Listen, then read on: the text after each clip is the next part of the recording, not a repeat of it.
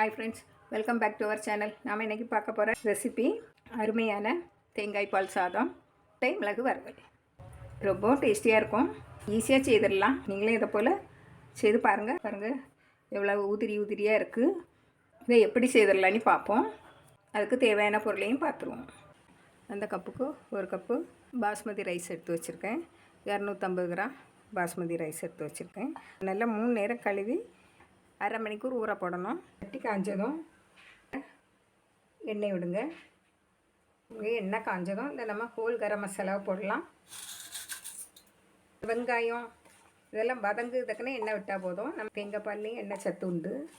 கரம் மசாலா நல்லா பொரிஞ்சு வந்துட்டு நம்ம இப்போ ஒரு வெங்காயத்தை பொடிசாக கட் பண்ணி வச்சுக்கோங்க. அந்த வெங்காயத்தை போட்டுருவோம். 2 பச்சை மிளகாயும் போட்டுருவோம். வதங்கிட்டு இது கண்ணாடி போல் வந்தால் போதும். நல்லா செவந்து வர நனி இல்லை. இந்த நேரத்தில் நான் கொஞ்சமாக மல்லித்தலை, கொஞ்சமாக புதினா போதும். நல்லா போட்டு வதக்கி விட்டுருங்க. நல்லா வதங்கின உடனே பாருங்கள், இஞ்சி பூண்டு விழுது 1 டேபிள் ஸ்பூன் இஞ்சி பூண்டு விழுது போடுங்க. நல்லா பச்சை வாசனை போகிறது வரைக்கும் வதக்கி விடுங்க. இஞ்சி நல்லா வதங்கி வந்துட்டு இந்த நேரத்தில் நம்ம 2 கப்பு தேங்காய் பாலை விடுவோம். அங்கே நான் 1 கப்பு தேங்காய் பாலும் 1 கப்பு தண்ணியுமா சேர்ந்து 2 கப்பு வச்சுருக்கேன்.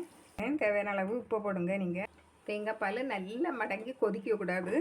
நமக்கு லேசாக நுர தட்டி வர நேரத்தில் நம்ம அரிசியை போட்டுடணும். பாருங்க, இப்படி நான் பொங்கி இப்படி வருது. இந்த நேரம் நம்ம அரிசியை போட்டுருவோம்.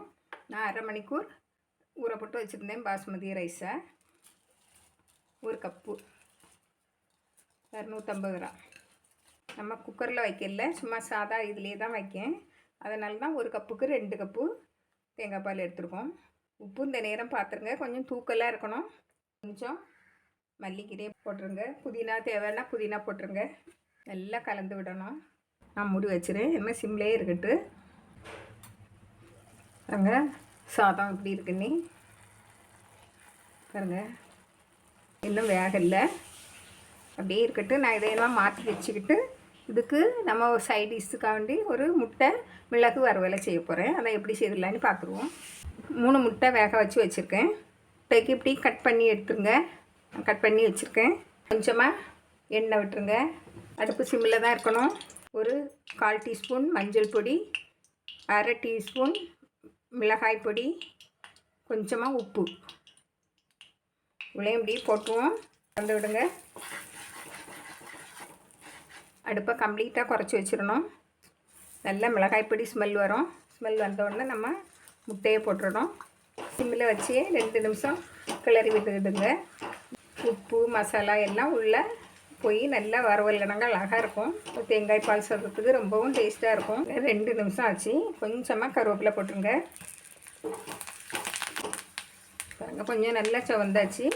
1 டீஸ்பூன் மிளகு பெப்பர் போட்டு நல்லா கலந்து விடுங்க. அடுப்பு சிம்லேயே தான் இருக்கணும். தேங்காய் பால் சாதம் எப்படி இருக்குன்னு பார்ப்போம். நல்லா வந்து தண்ணியெல்லாம் குண்டி வந்துட்டு பாருங்கள். நல்லா உதிரியாக இருக்குது. நல்ல வாசனையாக இருக்குது. இங்கே நம்ம இதில் கொத்தமல்லி, கொஞ்சம் புதினா எல்லாம் போட்டு இறக்கிடுவோம். நல்லா வெந்துட்டு அடுப்பை ஆஃப் பண்ணிடுங்க. இப்படி வச்சுருவோம். ஒரு 5 நிமிஷம் அப்படியே மூடி இருக்கட்டு. நல்லா வந்து பூவாட்டு வந்துடும். முட்டை வறுவல் எப்படி இருக்குன்னு பார்ப்போம். முட்டை வறுவல் பட்டுட்டு இதை இப்போ உங்களுக்கு 2ஆக கட் பண்ணி ஒரு பரட்டினாலும் பரட்டிக்கலாம். எல்லாத்துலேயும் நம்ம மஞ்சள் கருவிலையும் இந்த பெப்பர் மிளகு எல்லாம் பிடிச்சிடும். ஒன்றா கட் பண்ணி காணிச்சேன்.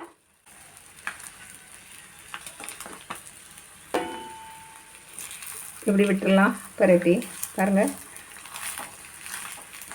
இப்படி விட்டுடலாம். இப்படியே சாப்பிட்டுக்கலாம். சின்ன பிள்ளைங்களுக்கு இப்படியே கொடுக்கலாம்.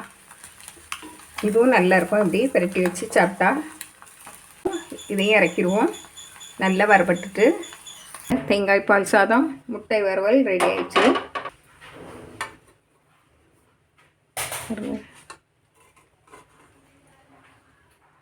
எவ்வளவு அழகாக இருக்குது பாருங்கள். நல்லா வெந்திருக்கு.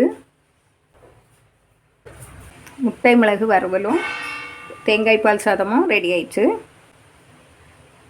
உப்பு காரம் எல்லாம் கரெக்டாக இருக்குது. வறுவலும் ரொம்ப வாசமாட்டம் நல்ல காரமாட்டம் இருக்குது. ரொம்பவும் டேஸ்டியாக இருக்குது. இதை போல் செய்து பாருங்கள். பிடிச்சிருந்தால் லைக் பண்ணுங்கள், ஷேர் பண்ணுங்கள், கமெண்ட்ஸ் பண்ணுங்கள். மறக்காமல் சப்ஸ்கிரைப் பண்ணுங்கள். தேங்க்யூ.